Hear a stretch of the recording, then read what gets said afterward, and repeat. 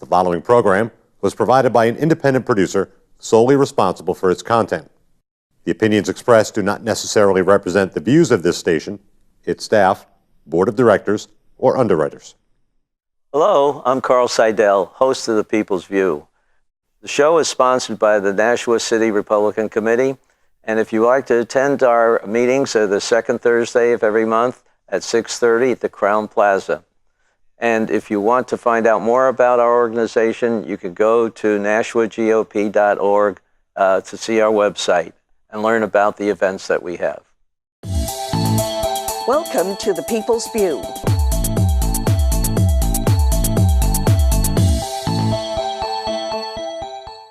Hello, and help me welcome David Schoneman. He is a past alderman. Yeah, from for Ward 3, and now you're going to be senator. Yes, running for state senate. For Region 13. Yes, Senate District 13. Okay. Which, well, what made you decide to go after the Senate? Because this is a real hard thing, because it's just the size of your yes, area is not physically, but number of people. Number of people. It's quite a large area actually for number of people. It's wards 3 and 4, 6, 7, 8, and 9.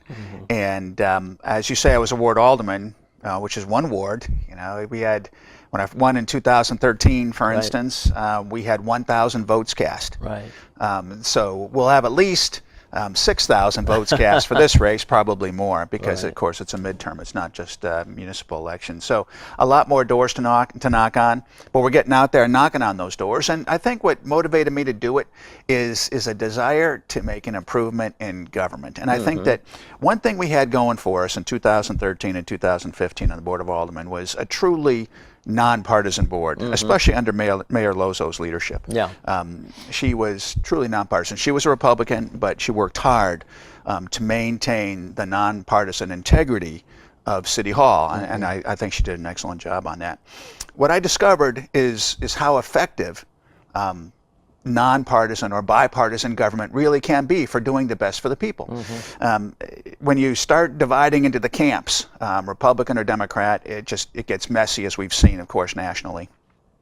Now, the state race is a partisan race. We have to choose one or the other, and I've chosen to run as a Republican because I take care of people's tax dollars. That's very, very important to me, and that's more in line with the way I think. So the Republican position on spending and taxes is much more in line with the way I think we're in line together.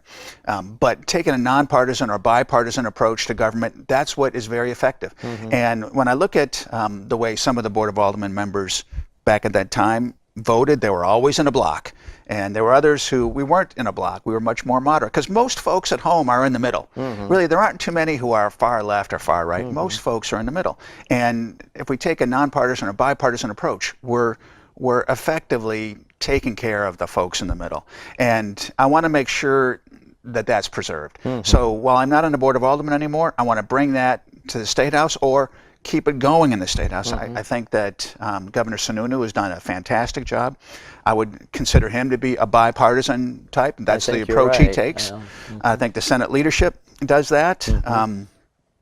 And they've accomplished some great things. I want to try to keep that going. I want to preserve it. We've got a little son at home now. He'll be 2 How about that? This week. And I think about his future. What is his future going to be like in this state? So if we can control spending, if we can do good things for education, if we can create jobs, these are all the things that we can accomplish on a bipartisan basis without the partisanship getting in the way. And I'm afraid that if my opponent wins, it's just going to be more the partisan routine. And so trying to preserve my son's future and trying to always look out for the folks at home, the taxpayers at home, is why I've decided to run. Well, that's good. And as you said, you're in line with basically what the governor's doing. Yes. And I think the Senate is an area that really does work a compromise between the groups, much more so than the House. But the House has a lot more people. It's kind of hard to herd 400 legislators when you only have 24 in the Senate. So while it's going to be harder to get into the Senate, I think it can be more effective. So I think so. I think the Senate is more of a place for an independent thinker, and that's how I approach being an alderman. That's how I want to approach being a senator. As you say, use the term herding on the House side. With 400 members, that's much more what it's like. We've got leaders on both parties. My opponent is the deputy leader on the House on the Democrat side, and part of her job, I'm sure, is to herd the Democrats to vote the party line. And that's maybe how the House functions. It's not the way I function, and so I want to make sure that we can preserve that in the Senate. You'd fit in the House too, because if you look at the scale that one of the organizations turns out, you'll see that the Democrats have such a narrow spread in the way they vote as far as maybe the top 30 pieces of legislation are concerned. Right. Whereas in the Republicans, it spreads from 60 to 100%. Right. Much more scale. Variability. Yeah. Well, they actually have probably 4 different levels of Republican in there, if you want to call it that. Well, I think that we tend to be a little more independently minded. Right. And so we're not necessarily going to join the big block. We're going to think on our own and I think try to find what's better for our constituents. Now, my constituents are most assuredly the taxpayers at home. Right. That's why I always speak for. I thought that what happened in the last term with the budget was very interesting. That's right, yeah. Unfortunately, the House was unable to come up with a budget. So it went to the Senate, and the Senate did come up with a budget that funded school infrastructure, it funded the opioid crisis, it provided more resources to DCYF, and at the same time, without raising any taxes or fees, in fact, it lowered taxes and fees. Right. And I think we see the business taxes drop, the business enterprise taxes drop. We've seen an increase in business, and it's very important to me that we have an economy. I know it is to you too. We have to have an economy because economy is what develops the funds and resources to do the things that we need to do as a society, whether it's bridges and roads and school infrastructure, opioid crisis. All these things cannot be funded without a healthy economy.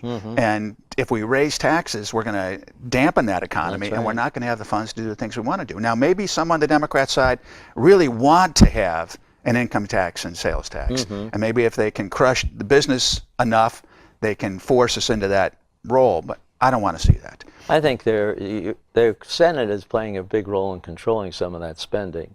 Now, we have increased I should say decreased the tax rate on small businesses. And I think that's very, very good. But what you're seeing is that not this big horrible hole that was projected by the other party. In fact, as I understand it, for the first quarter of this fiscal year, we're way over budget, over what we forecast as income. And I think with the way we see companies advertising for more jobs and that are opening, or people that are joining forces with other companies to use their assets more appropriately. I think that's good for the state. I think so too. Seeing that, and that's going to be one big part of the Senate. So I'm glad you're running for it, because I know that somebody's will be trying to sneak in, as you say, the sales tax or the income tax. We can't have that. And we're already having uses of those excess funds that we get in. Especially on roads. I mean, I'm on the Public Works Committee, so I see the effect of that much more. It's not a commitment of spending more on roads every year, but it's taking our excess and making up for some of the problems we've had during the recession. That's right. And at the same time, we funded the Rainy Day Fund with up to $100 million, and that's great. We don't want to raid that. We want to keep that as true Rainy Day Fund. I think that it's possible. It's possible to create an environment where the economy will grow, and that will develop the funds necessary to do these other things. I would add too that folks in Nashua are very concerned about taxes right about now, because we've had the big reassessment. And so most properties went up considerably, and there's talk about the tax rate coming down. I saw an article in the paper just yesterday. It said that this is somehow going to be a savings. It's not going to be a savings for most. Just to put a little clarification and some numbers on what we're talking about here in Nashua, we've got a proposed or anticipated 16%, roughly 16% reduction in the tax rate. And if most people's taxes went up let's say 25, or the assessment went up 25%, Right. but the rate goes down 16%. You're looking at a 9% increase in your taxes. And that's if your assessment only went up 25%. But if it went up 50%, now you're looking at very, very large numbers for increase. So, especially the people that are on, a retirement income of any sort. I think the people, we have a problem in a way in that New Hampshire does have a larger elderly population than most states, percentage-wise. And I think we have to be careful for that. Right. And I see that the current mayor is writing all sorts of things. Well, let's wait until we see what happens. Let's see what happens. The final way. It's kind of hard because on top of the explanation you give, they had to evaluate businesses and their taxes. Right. And it depends on how much theirs went up as far as what's concerned. So whether they share as much of the overall tax burden as they usually do or not is going to be, so the houses actually did go up a little bit, a lot more than the businesses. And I think that's something we need to take a look at too. Not that we can necessarily change that by just changing the assessment, but we have to create value there. If the load shifts from businesses to households, what that says is that a bedroom is worth more than a retail establishment. And that means that we're shifting from a business-based economy to a bedroom community-based economy. And I don't think that's good. I don't want to be a bedroom community for Boston, for instance. We're Nashua, or we're New Hampshire. We're our own. We have our own unique culture. And I think we don't want to become just a suburb of Boston. We don't want to be that. So how do we next time around cause the business values to come up? I think we do that by creating an environment where entrepreneurs want to come here and businesses want to stay and expand here. Because if that happens, then I think naturally the value of the real estate that they need to conduct that operation will go up. And then hopefully next time around, not that I want to force more load onto businesses, that's not the idea, but it's an indicator of what our economy is doing. So when the assessment on businesses doesn't grow as fast as the assessment on bedrooms, let's say, business and bedroom, we're moving to a bedroom community away from a business community. And I think we want to make sure that we retain the ability to attract entrepreneurs, to encourage businesses to develop here. And if that happens, then if we're able to do that, I think working on the business taxes, the business profits tax, business enterprise tax, if we're able to effectively do those things, then we'll see the business values rise in relation to the bedrooms. We want to see the bedrooms rise too. I mean, I think it's good. It means the economy is rising. But we want to see the businesses come up a little faster. Again, not to force the burden onto them, but because that's an indicator of a healthy economy. And that's what we want to see. Well, one of the things that I'm involved in is looking at the transportation around the city and everything. I'm on one of the city committees for that. And one of the things that I've been pushing is we should pay more attention to the business areas, the industrial parks, et cetera. Are we able to provide transportation from the core city to those places where the jobs are? Do people need that? Do we increase the bus or even look at whether you use something like the Uber or Lyft type of operation where you need a higher level of transportation only at the rush hours time periods? That's right. And how you can do that to enhance the value of the, first of all, what you're doing in the business areas to increase the businesses that stay there or the expansion of ones like that. And the same thing, I mean, the state in a bigger view lacks good transportation east and west. North and south's pretty good, but east and west is terrible. And we ought to look at that and see whether that helps. Maybe we'll bring more people into our state, maybe, or we'll keep the people who go to our colleges here because you can't beat the environment in New Hampshire. The environment's great. I mean, you have such a variation, and you want to keep people here. And I think people want to stay here too, but they have to have something interesting to keep them there besides the beauty of the state.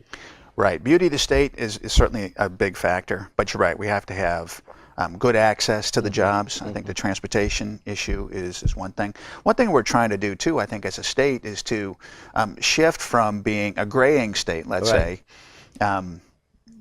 trying to get young families to come into the state. And something you and I have spoken about too, and I'm floating this every time I have a chance to talk about what I would do if I was in the Senate. I'd like to work on legislation that would allow a city or a town, municipality, to grant a tax abatement for owner-occupied multifamilies. You know, we have areas where we have a lot of multifamily homes.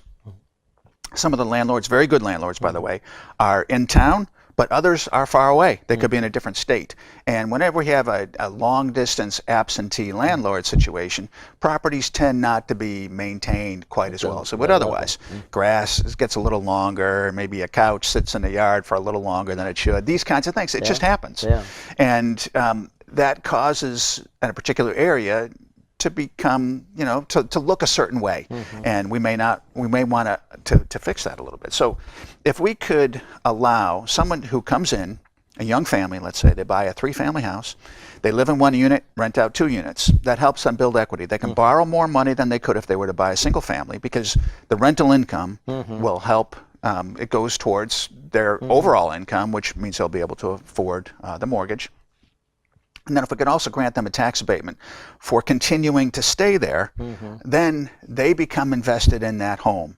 And as they become invested in that home, they become invested in that neighborhood. And I think someone who is not an absentee land, but right there on the premises, they're much more likely to keep the grass cut short and make sure the couch isn't sitting outside for very long. And it enables someone to build equity. So if New Hampshire could be seen by someone who's considering, where am I going to go? Do I want to live in Massachusetts or Rhode Island? You know, taxes are kind of high, but New Hampshire looks like it's a good place to go. They've got companies there. You know, I can maybe get a job with BAE or with one of the little startups, whatever their profession might be. And we can buy a house and rent out a couple units and get a tax abatement. That suddenly becomes very attractive. And I think that we can help cities who decide to participate in that, to offer that to their residents. We can help them kind of lift up their neighborhoods. But that's what I had, actually, when I bought my first house. It was a multifamily. I lived in 1 unit, rented out 2 units, and as a resident in that building, I got a tax abatement, and that enabled me to fix it up. So, you know, it was painted more frequently, and it fixed the roof, and did all these kinds of things that overall throughout the city elevated that city.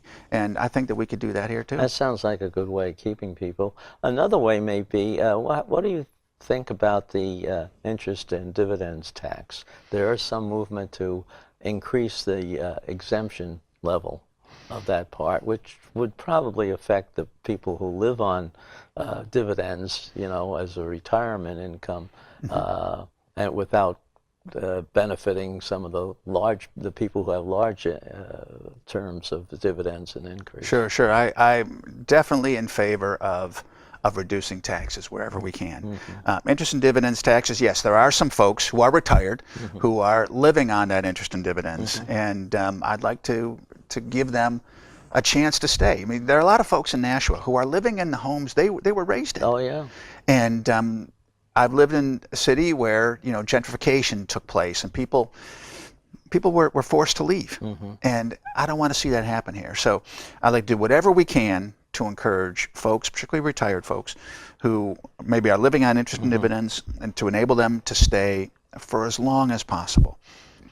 Sure, over time, neighborhoods are going to change, and that's going to happen. But I don't want to force someone to move out because they can't afford it. If they decide to go to Florida or somewhere, or Arizona, because they want to, I wish them the best. Florida has been raising their exemption level over the last several years. Okay. And I think that's one of the things that attracts people down there, besides the warmth. But you know, I think people like this area enough, and they just sort of like to feel a little bit that's equal in what savings they can get from their taxes. Yeah, I'd certainly like to see that. And we've also seen nationally and locally that a reduction in tax rates, and that's not just business taxes, but a reduction in tax rates gives people more disposable income. And disposable income, that's the key to an economy. Whether you're making $100,000 and you're spending $99,000, you have $1,000 left, or you're making $30,000 and you're spending 29, you've got $1,000 left.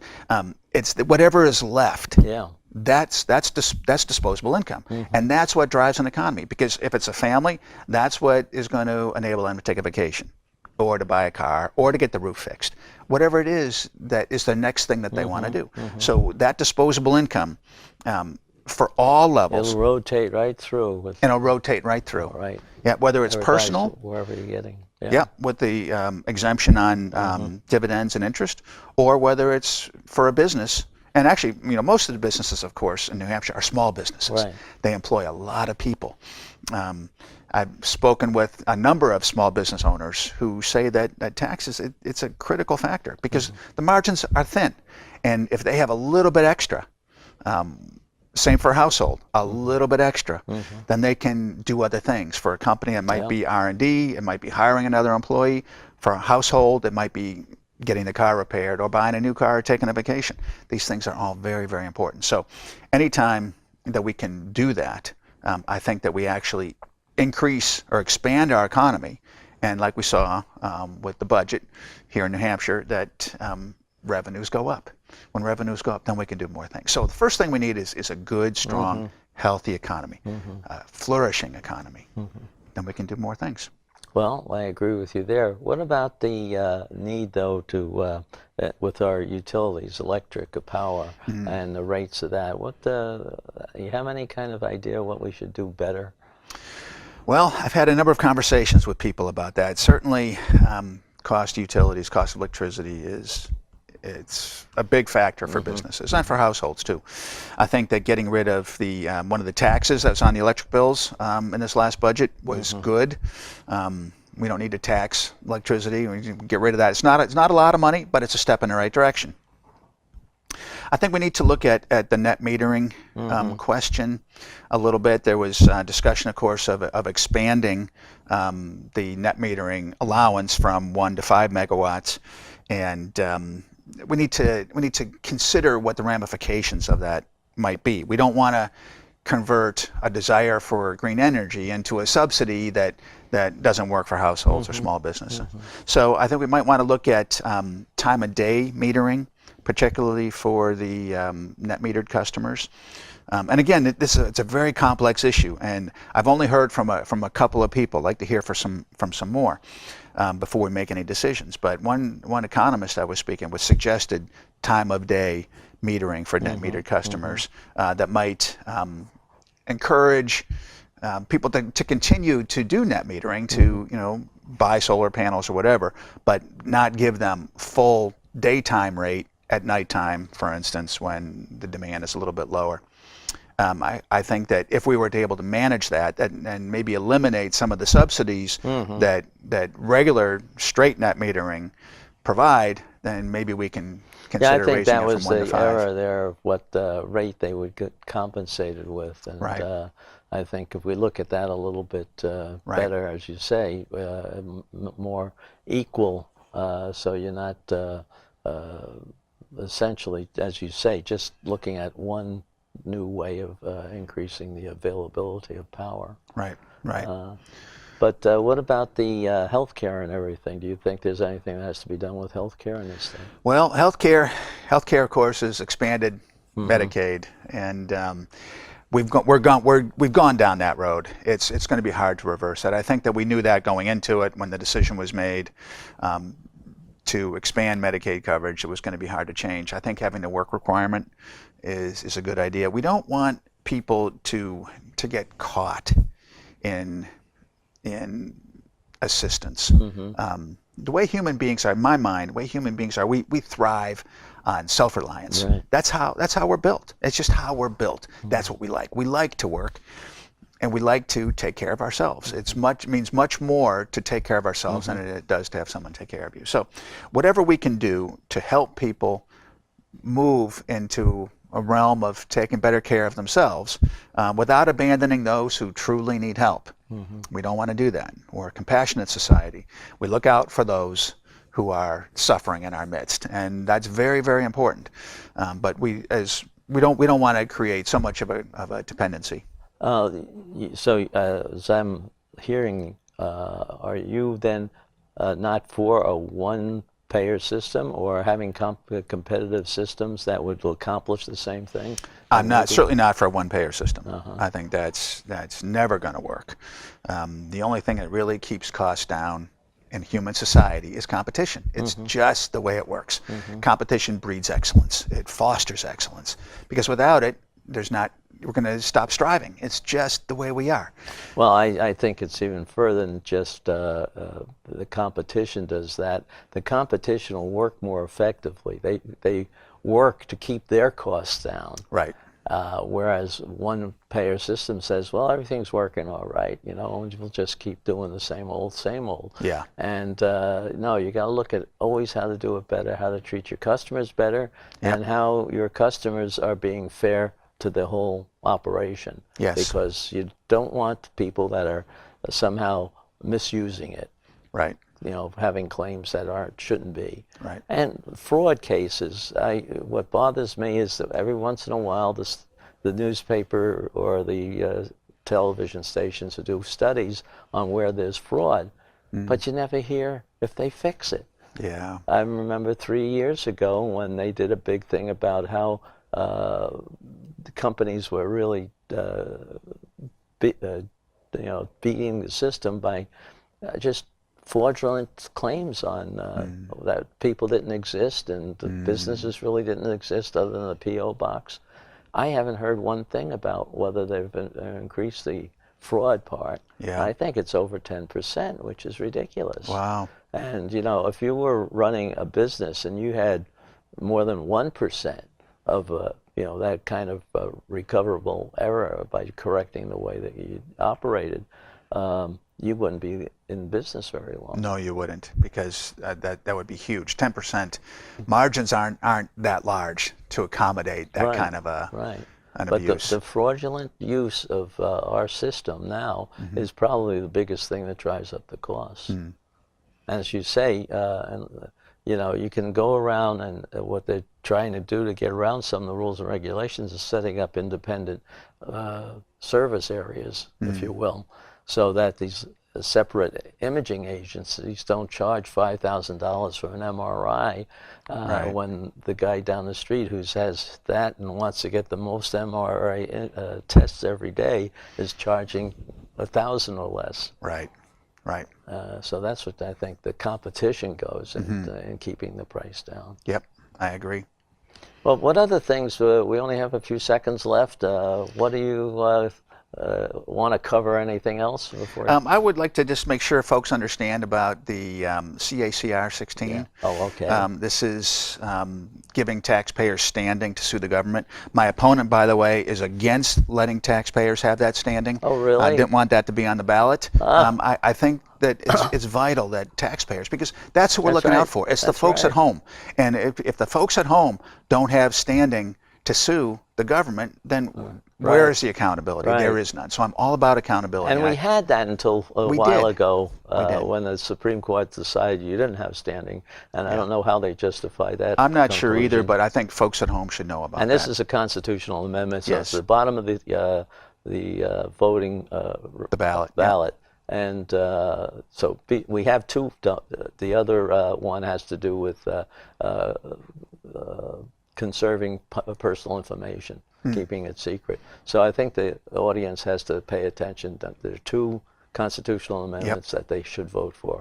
And they were voted overwhelmingly by both sides of the legislature. Yes, yes. And finally, I just want to give people my contact information, davidschoneman.com, or I'm on Facebook, David Schoneman for NH State Senate on Facebook. Find us there, and we'd be happy to answer any questions, and would gratefully have their vote on November 6th. Well, I appreciate your time, Thank David. you very much, Carl. Good luck. Thank you. We'll Same talk to you. to you after the election, find out what's happening. Sounds great. Thank Thanks. you.